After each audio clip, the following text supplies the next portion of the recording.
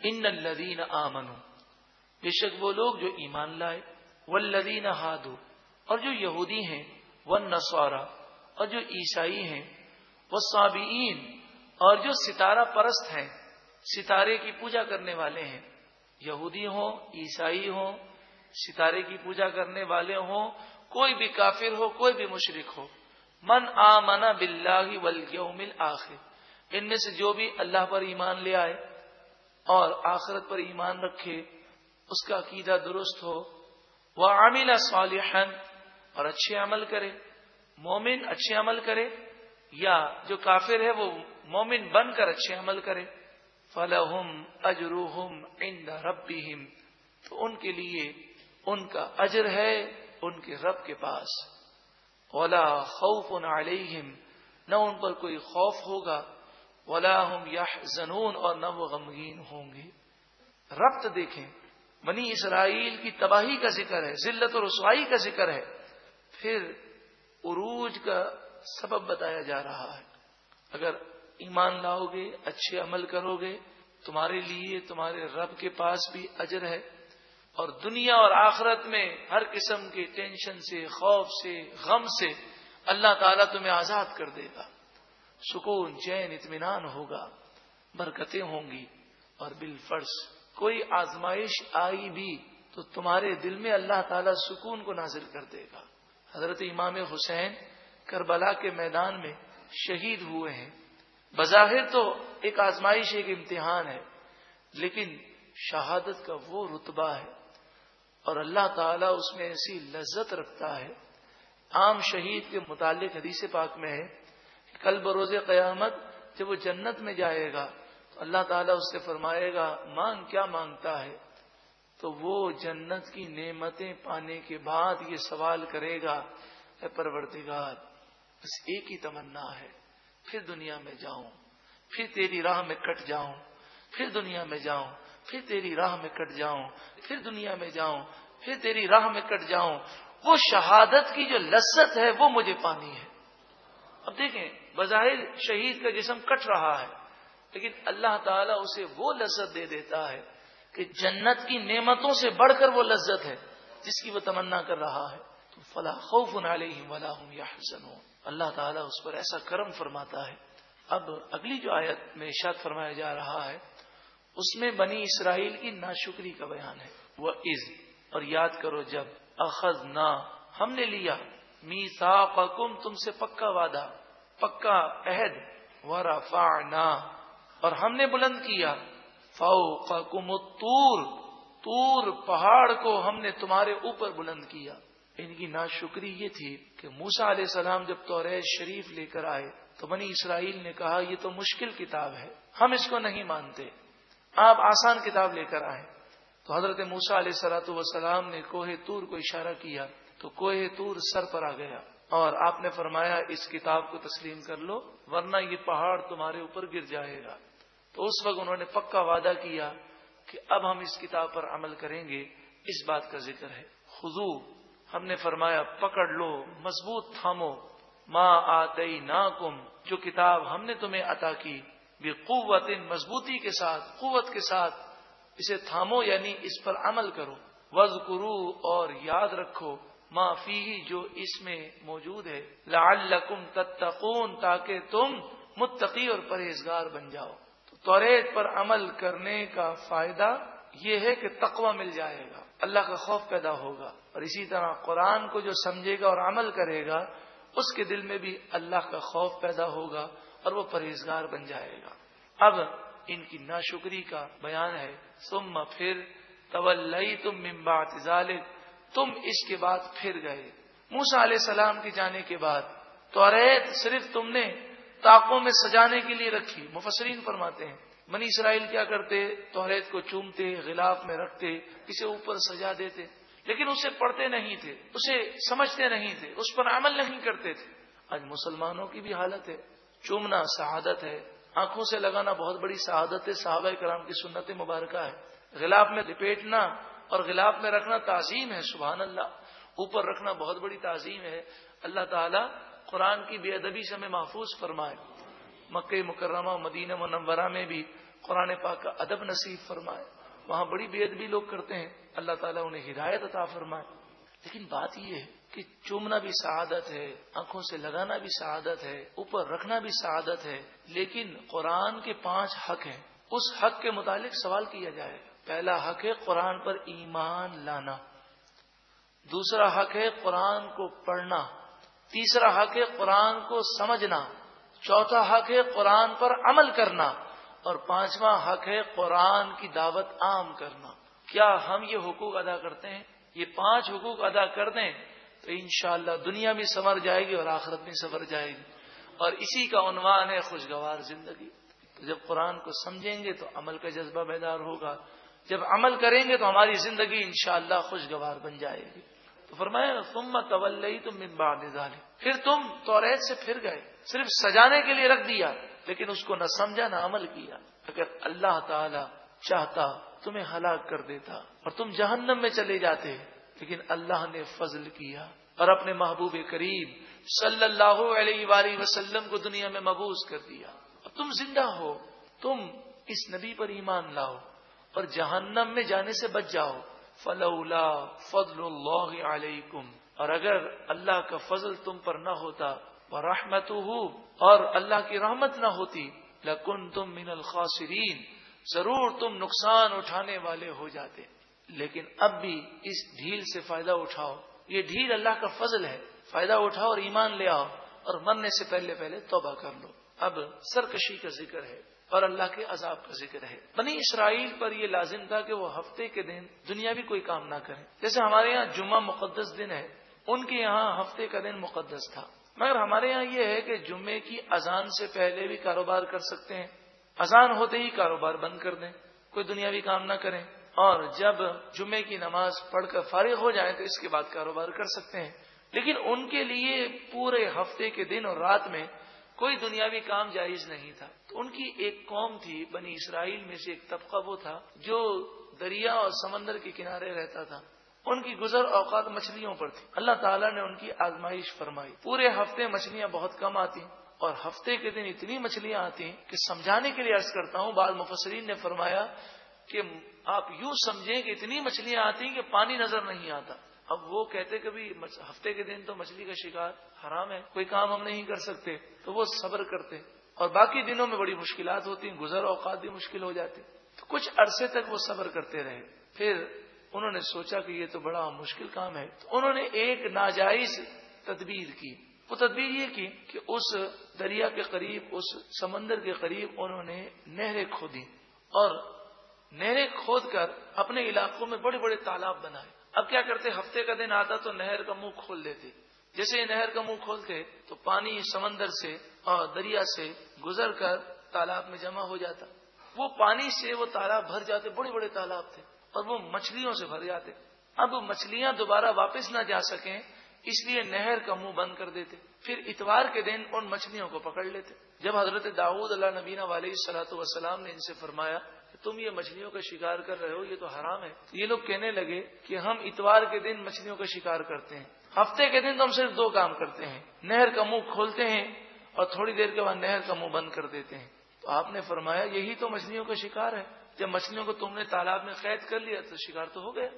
تو وہ کہنے لگے نہیں، ایسی بات نہیں ہے، ہم تو یہ کام 70 سال سے کر رہے ہیں. 70 سال ہو گئے تھے، اگر اللہ ناراض ہوتا تو عذاب آ جاتا. 70 سال سے یہ ہمارا معمول ہے. تو اس قوم میں بعض وہ لوگ تھے جنہوں نے یہ گناہ نہیں کیا. انہوں نے بستی کے اندر دیوار کھینچ دی اور کہا کہ ہم اپنے گھر، اپنے سارے سامان الگ کرتے ہیں، تم سے ہم بات چیت نہیں کریں گے کہ کہیں تمہاری وجہ سے ہم پر عذاب نہ آ جائے. تو وہ الگ رہنے لگے اور جو گناہگار لوگ تھے وہ بستی کے دوسری طرف بیچ میں دیوار تھی. ایک دن صبح یہ نیک لوگ اٹھے تو کہا کیا بات ہے، کوئی آواز نہیں ہے، چولہا اگر جلے گا تو دھواں اڑے گا، کوئی دھواں اڑتا ہوا نظر نہیں آتا. دیوار پر چڑھ کر دیکھا تو پوری بستی میں بندر ہی بندر تھے. جب اندر گئے تو یہ بندر ان کے قریب آتے. یہ بندر تو بن گئے تھے لیکن پہچاننے کی ان میں صلاحیت تھی. یہ اپنے رشتہ داروں کو پہچانتے، ان کو لپٹ لپٹ کر یہ روتے اور رشتہ دار ان سے کہتے ہم نہ کہتے تھے گناہ مت کرو، تم نہیں مانتے تھے. تو وہ سر کے اشارے سے وہ یہ اظہار کرتے کہ ہم سمجھ رہے ہیں واقعی ہم نے بہت بڑی غلطی کی ہے. حدیث پاک میں آتا ہے کہ 3 دن کے بعد یہ سب ہلاک ہو گئے۔ حدیث پاک میں یہ بھی ہے کہ نبی کریم صلی اللہ علیہ وآلہ وسلم نے فرمایا، مسلم شریف کی روایت ہے کہ جس قوم پر اللہ تعالیٰ عذاب نازل کرے وہ بندر یا خنزیر یا کوئی اور جانور کی شکل اختیار کر لے تو 3 دن سے زیادہ وہ قوم زندہ نہیں رہتی۔ تو یہ جو عوام میں مشہور ہے کہ یہ بندر وہی ہے، یہ بات نہیں ہے۔ بندر تو ایک جانور پہلے سے ہے۔ جس قوم کو بندر بنایا گیا وہ قوم حدیث پاک کے مطابق، مسلم شریف کی روایت کے مطابق، وہ قوم 3 دن کے اندر ہلاک ہو گئی۔ یہ لوگوں کی غلط فہمی ہمیں دور کرنی چاہیے۔ قرآن کے نور سے دور ہونے کی وجہ سے اکثر لوگوں میں یہی مشہور ہے کہ یہ بندر وہی ہے، کیونکہ حدیث پاک میں یہ بھی ہے کہ جس قوم پر اللہ کا عذاب آئے اس کی نسل باقی نہیں رہتی، تو وہ نسل چل ہی نہیں سکتی۔ فرمایا وَلَقَدْ، اور بے شک، عَلِمْتُمُ الَّذِينَ اعْتَدَوْا مِنْكُمْ فِي السَّبْتِ، سبت مانے ہفتے کا دن، سیٹرڈے، فی السبت، ہفتے کے دن کے بارے میں جن لوگوں نے سرکشی کی تم انہیں جانتے ہو، فَقُلْنَا، پس ہم نے فرمایا، لَهُمْ، ان لوگوں سے، کونو، ہو جاؤ، قردۃ خاسئین، دھتکارے ہوئے بندر بن جاؤ۔ قردہ مانے بندر، ہم نے انہیں بندر بنا دیا۔ فجعلناها، پس ہم نے کیا اس واقعے کو نکالا، نکال کہتے ہیں عبرت، اس واقعے کو ہم نے عبرت بنایا، لما بین یدیہا، ان لوگوں کے لیے جو اگلے ہیں، وما خلفہ، اور جو پچھلے ہیں، یعنی یہ واقعہ اگلوں پچھلوں کے لیے عبرت ہے۔ اس واقعے کے بعد سے لے کر آج تک اور آج سے لے کر قیامت تک آنے والی نسلوں کے لیے واقعہ عبرت ہے۔ اب دیکھیں، یہ جو بندر بنا دیے گئے یہ کوئی مشرک یا کافر یا یہودی عیسائی نہیں تھے، یہ بنی اسرائیل تھے، اور بنی اسرائیل توریت کو ماننے والے تھے۔ یہ یہودیت تو بات کی پیداوار ہے، توریت میں بھی اسلام ہے، انجیل میں بھی اسلام ہے، زبور میں بھی اسلام ہے، قرآن میں بھی اسلام ہے، ہر نبی نے اسلام ہی کی تبلیغ فرمائی۔ تو یہ مسلمان تھے، لیکن جب انہوں نے گناہ کیا تو ان پر عذاب آیا۔ آپ مجھے بتائیے، ہم خود غور کریں، جب وہ ایک گناہ کریں تو عذاب آ جاتا ہے، ہم دن رات سینکڑوں گناہ کرتے ہیں۔ یہ ڈائریکٹ حرام کام نہیں کر رہے، ایک تدبیر کر رہے ہیں، اور اپنی غلط فہمی میں یہ سمجھ رہے ہیں کہ ہم شکار نہیں کر رہے، ہم تو تالاب میں مچھلیاں لے رہے ہیں، لیکن پھر بھی انہیں پکڑ لیا گیا۔ ہم تو جان بوجھ کے جھوٹ بھی بولتے ہیں، نمازیں قضا کرتے ہیں، مسلمانوں کی دل آزاریاں کرتے ہیں، حرام کمائی کرتے ہیں، رشوت کا لینا دینا، سود کا لینا دینا، اور ماں باپ کی نافرمانی۔ کون سا ایسا گناہ ہے جو ہم مسلمان نہیں کرتے جان بوجھ کر، سمجھتے بوجھتے؟ بلکہ نعوذ باللہ من ذالک ایک بڑا خطرناک گناہ ہے، وہ بھی اب یہ عام ہو گیا ہے۔ وہ گناہ اس قدر خطرناک ہے کہ بسا اوقات ایمان برباد ہو جاتا ہے۔ وہ گناہ ہے گناہ کر کے گناہ کو گناہ نہ سمجھنا۔ یہ اب مرض عام ہو گیا، فلمیں دیکھتے ہیں، ڈرامے دیکھتے ہیں، گانے سنتے ہیں، باجے سنتے ہیں، بے پردگی ہو رہی ہے، شادی کے ناجائز رسومات ہیں، گناہ کر رہے ہیں، لیکن کم از کم گناہ کو گناہ تو سمجھیں، جو غلط ہے اس کو غلط تو تسلیم کریں۔ یہ ڈبل گناہ ہے کہ گناہ کو گناہ نہ سمجھا جائے، کیونکہ بسا اوقات بعض ایسے گناہ ہیں جو حرام قطعی ہیں۔ حرام قطعی جو گناہ ہے، یہ گناہوں کی ایک قسم ہوتی ہے، اس گناہ کو جو گناہ نہ سمجھے وہ کافر ہو جائے گا۔ مثلا کوئی شخص نماز نہیں پڑھتا اور کہتا ہے نماز نہ پڑھنے میں کوئی گناہ نہیں، تو کافر ہو جائے گا۔ کوئی شخص شراب پیتا ہے، خمر پیتا ہے، اور وہ اسے حلال سمجھتا ہے تو کافر ہو جائے گا۔ کوئی سود کا لینا دینا کرتا ہے اور سود کو پروفٹ سمجھتا ہے، سود کو کہتا ہے سود نہیں ہے، تو سود حرام قطعی ہے، اس کو حلال سمجھنا کفر ہے۔ تو حرام کو حرام سمجھنا، گناہ کو گناہ سمجھنا ضروری ہے۔ ذرا سوچیں کہ کیا یہ واقعہ ہمارے لیے عبرت نہیں ہے؟ وَمَوْعِظَةً لِّلْمُتَّقِينَ، اور یہ واقعہ ہم نے بنایا تمام لوگوں کے لیے نصیحت، لیکن یہ نصیحت کن کے لیے فائدے مند ہے؟ للمتقین، جو اللہ سے ڈرنے والے ہیں، پرہیزگار ہیں۔ اللہ تعالی ہمیں اپنا خوف عطا فرمائے، مرنے کا تصور عطا فرمائے۔ سب یہیں رہ جائے گا، نہ دوست کام آئے گا، نہ والدین کام آئیں گے، نہ رشتہ دار کام آئیں گے۔ جن دوستوں کی وجہ سے، جن رشتہ داروں کی خاطر گناہ کیے ہیں، اللہ کے غضب سے وہ نہیں بچا سکتے۔ ہمیں اللہ کو راضی کرنے کی کوشش کرنی چاہیے، خود بھی نور قرآن سے منور ہوں، دوسروں کو اس کی دعوت دیں۔ جب ہم کسی کو قرآن کی دعوت دیتے ہیں، علم دین کی دعوت دیتے ہیں، تو ایک جملے پر الحمدللہ حدیث پاک کے مطابق 1 سال کی عبادت کا ثواب دیا جاتا ہے۔ تو ہمیں یہ دعوت خوب دینی چاہیے، میسج کے ذریعے، فون کے ذریعے، موبائل فون کے ذریعے، گھر گھر جا کر، ہو سکے تو پمفلیٹ حاصل کر کے گھر گھر پہنچائیں، اپنے رشتہ داروں کو پہنچائیں، جنہیں آپ پہنچا نہیں سکتے انہیں TCS کر دیں۔ یعنی آپ کا جذبہ ہو کہ کوئی شخص نہیں بھی آ سکتا، کم از کم میرا پیغام پہنچ جائے، قرآن کا پیغام پہنچ جائے، کبھی بھی اسے موقع ملے گا وہ آ جائے گا۔ اللہ تعالی قرآن کی دعوت عام کرنے کی ہم سب کو توفیق عطا فرمائے، اور قرآن کی دعوت کی برکتوں سے ہمیں دنیا اور آخرت میں مالا مال فرمائے۔ اور ہم نے نام تو رکھ دیا خوشگوار زندگی۔ اللہ تعالی ہم سب کی زندگیاں اور تمام مسلمانوں کی زندگیاں خوشگوار فرما دے، اور دونوں جہاں کی سلامتی اور کامیابی عطا فرمائے۔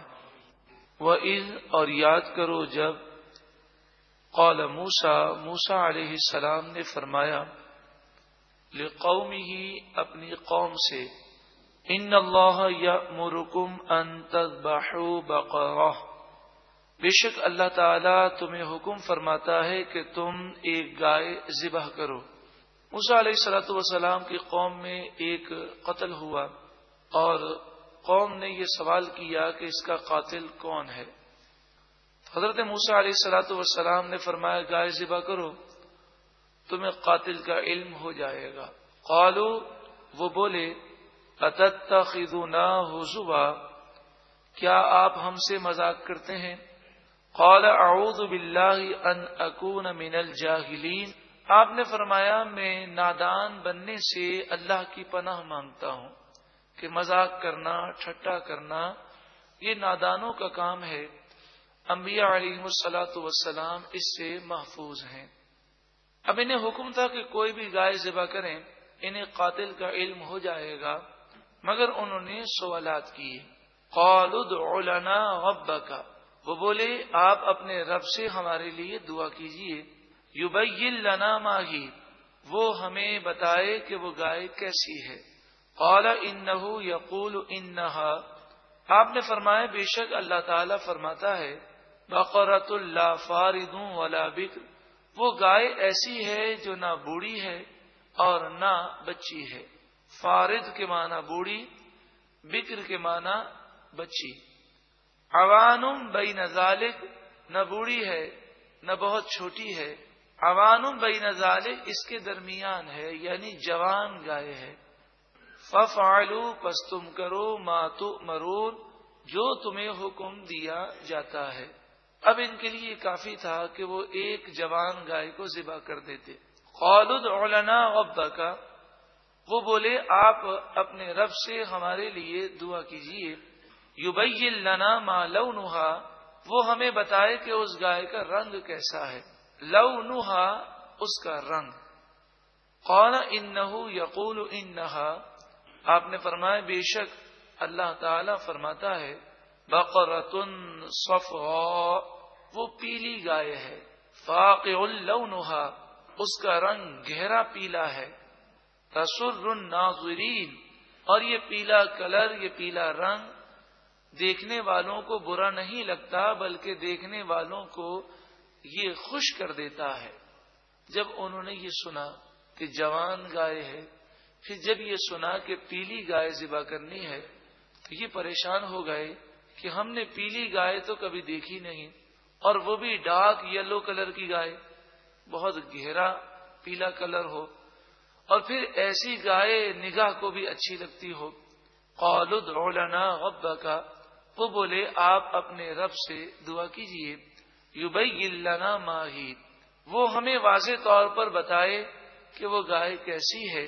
ان البقرۃ تشابہ علینا، بے شک گائے ہم پر مشتبہ ہو گئی، گایوں میں ہمیں اب شبہ پڑ گیا۔ ایسی گائے کی تفصیل مزید بتائیں، یہ گائے ہم کہاں سے حاصل کریں؟ وَإِنَّا إِن شَاءَ اللَّهُ لَمُهْتَدُونَ، اور اگر اللہ نے چاہا، انشاءاللہ، بے شک ضرور ہم اس گائے کو پالیں گے۔ نبی کریم صلی اللہ علیہ وآلہ وسلم نے ارشاد فرمایا، اگر وہ انشاءاللہ نہ کہتے تو کبھی اس گائے کو نہ ڈھونڈ سکتے۔ جب کوئی شخص اپنے کام میں انشاءاللہ کہے تو اللہ تعالیٰ اس کا کام آسان کر دیتا ہے۔ قال انہ یقول انہا بقرہ، آپ نے فرمایا بے شک اللہ تعالیٰ فرماتا ہے وہ ایک ایسی گائے ہے، لا ذلول تثیر الارض، زمین میں ہل چلانے کی خدمت اس سے نہیں لی گئی، ولا تسقی الحرث، اور نہ ہی اس گائے نے کھیتی کو پانی پلایا ہے، مسلمۃ، بے عیب ہے، لا شیۃ فیہا، اس میں کوئی داغ نہیں۔ اب گائے کی مکمل تفصیل ہو گئی۔ جوان گائے ہو، پیلی گائے ہو، اس نے کبھی کھیتی میں ہل نہ چلایا ہو، نہ کھیتی کو کبھی سیراب کیا ہو، پانی پلایا ہو، اس میں کوئی عیب بھی نہ ہو اور اس میں کوئی داغ بھی نہ ہو۔ اگر آپ کوئی بھی کلر کی گائے لیتے ہیں، اگر ریڈ کلر کی گائے لیتے ہیں تو اس میں کبھی سفید یا بلیک کلر کے دھبے ہوتے ہیں، یا وائٹ کلر کی لیتے ہیں تو بلیک جو ہے اس میں داغ ہوتے ہیں، یہ مکمل پیلی ہونی چاہیے۔ ان سے یہ کہا گیا تھا کہ ایک گائے ذبح کرو۔ خود انہوں نے نبی سے سوالات کر کے اپنے لیے مشکلات پیدا کی، اور یہ قاعدہ یاد رکھیں کہ نبی علیہ السلام سے سوالات کرنا، اور خصوصاً سوالات کرنا بحث کرنے کے لیے، یہ نادانی ہے اور مشکلات کا باعث ہے۔ قالوا الآن جئت بالحق، اب انہیں اپنی نادانی کا احساس ہونا چاہیے، مگر یہ ضدی قوم تھی کہ کہنے لگی اب آپ نے درست بات ہمیں بتائی، نعوذ باللہ من ذالک۔ فذبحوها، پس انہوں نے اس گائے کو ذبح کر دیا، وما کادوا یفعلون، اور وہ ذبح کرنے کے قریب نہ تھے، انہیں ذبح کرنے کا ارادہ نہ تھا، مگر مجبور ہو کر اس گائے کو انہوں نے ذبح کیا۔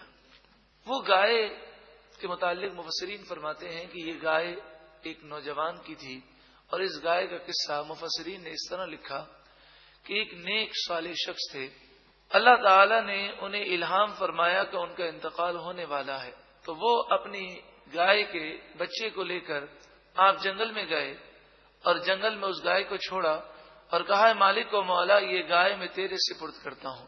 پھر آپ آ گئے اور انتقال ہو گیا۔ جب آپ کا بچہ جوان ہوا تو یہ نوجوان اپنی ماں کا بڑا فرمانبردار تھا، اپنی آمدنی کے اس نے 3 حصے کیے تھے، ایک حصہ وہ اپنی ماں کو دیتا، ایک حصہ اپنی ذات پہ خرچ کرتا، ایک حصہ اللہ کی راہ میں دیتا۔ اپنی رات کے اس نے 3 حصے کیے، ایک حصے میں آرام کرتا، ایک حصے میں اپنی ماں کی خدمت کرتا، اور ایک حصے میں اللہ کی عبادت کرتا۔ یہ نوجوان جب جوان ہوا تو ماں نے کہا بیٹا گائے جنگل سے لے کر آؤ۔ یہ جنگل میں گیا اور اللہ تعالیٰ کی بارگاہ میں دعا کی، وہ گائے اس کے ہاتھ میں آ گئی، وہ گائے لے کر آیا۔ ماں نے اس سے کہا یہ گائے جا کر بازار میں بیچ کر آؤ۔ یہ بیچنے کے لیے گیا اور فرمایا کہ جب سودا ہو جائے تو ایک مرتبہ پھر مجھ سے کنفرم کر لینا۔ 3 دینار اس نے قیمت رکھی اور سودا ہو گیا۔ گاہک رقم دینے لگا تو اس نے کہا کہ میں اپنی ماں سے مشورہ کروں گا۔ گاہک نے کہا کہ میرے پاس اتنا وقت نہیں ہے، آپ اس کی ڈبل قیمت لے لیں، 3 کے بجائے 6 لے لیں۔ اس نے کہا نہیں، میں اپنی ماں سے مشورہ کیے بغیر تمہیں گائے نہیں دے سکتا۔ گھر پر آیا تو ماں نے کہا بیٹا اب اس کی قیمت 6 دینار کر دو، اب اگر کوئی گاہک آئے تو سودا ہو جائے تو مجھ سے مشورہ ضرور کرنا۔ قیمت 6 دینار کر دی، اور وہی گاہک پھر آیا اور سودا طے ہو گیا۔ اس نے کہا کہ مجھے گائے دے دو اور یہ قیمت لے لو۔ کہا ماں سے مشورہ کروں گا۔ گاہک نے کہا 6 نہیں 12 دیتا ہوں، تم اپنی ماں سے مشورہ نہ کرو، میرے پاس وقت نہیں کہ میں تمہارے ساتھ تمہاری ماں کے پاس آؤں۔ تو اس نے کہا کہ نہیں ایسا نہیں ہو سکتا۔ آخر کار وہ اپنی ماں کے پاس آیا۔ ماں نے کہا بیٹا یہ گاہک انسان نہیں بلکہ فرشتہ ہے۔ اب یہ آئے تو اس سے پوچھنا کہ بتاؤ کہ ہم گائے ابھی بیچیں یا نہ بیچیں، اور جب بھی بیچیں تو گائے کی کیا قیمت مقرر کریں۔ جب وہ پھر بازار میں گیا تو وہ فرشتہ انسانی شکل میں اس کے پاس آیا، اور اس فرشتے نے کہا بیٹا ابھی اس گائے کو مت بیچنا، بنی اسرائیل تم سے یہ گائے خریدیں گے، اور گائے کی قیمت تم یہ مقرر کرنا کھال بھر سونا دیا جائے۔ اب یہ بنی اسرائیل جب ڈھونڈتے ڈھونڈتے یہ گائے کو لینے کے لیے آئے تو یہ دنیا کی واحد گائے تھی جو پیلی گائے تھی. اس کا رنگ بہت زیادہ پیلا تھا لیکن دیکھنے والوں کو بہت پیاری لگتی تھی. یہ جوان گائے تھی, اس میں کوئی عیب نہیں تھا, اس میں کوئی کسی اور کلر کا داغ نہیں تھا, اور اس نے کبھی کھیتی پر ہل نہیں چلایا تھا اور نہ ہی کھیتی کو سیراب کیا تھا, نہ اس پر کوئی کبھی سوار ہوا تھا. جب انہوں نے قیمت پوچھی تو 3 دینار اس وقت گائے کی قیمت تھی. نوجوان نے کہا کہ اس گائے کی قیمت کھال بھر سونا ہے. تو بنی اسرائیلی ناراض ہو کر چلے گئے اور کہنے لگے یہ تو بہت زیادہ قیمت ہے. پھر ڈھونڈتے رہے, آخر کار انہیں یہ گائے کھال بھر سونے کے عوض خریدنی پڑی. اس نوجوان کو اللہ تعالی نے دنیا میں یہ صلہ عطا فرمایا. مفسرین فرماتے ہیں یہ اس کی ماں کی خدمت کا صلہ ہے. اس نے اپنی ماں کی خدمت کی, ماں کا کہنا مانا, اس لیے اللہ تعالیٰ نے اسے یہ صلہ عطا فرمایا.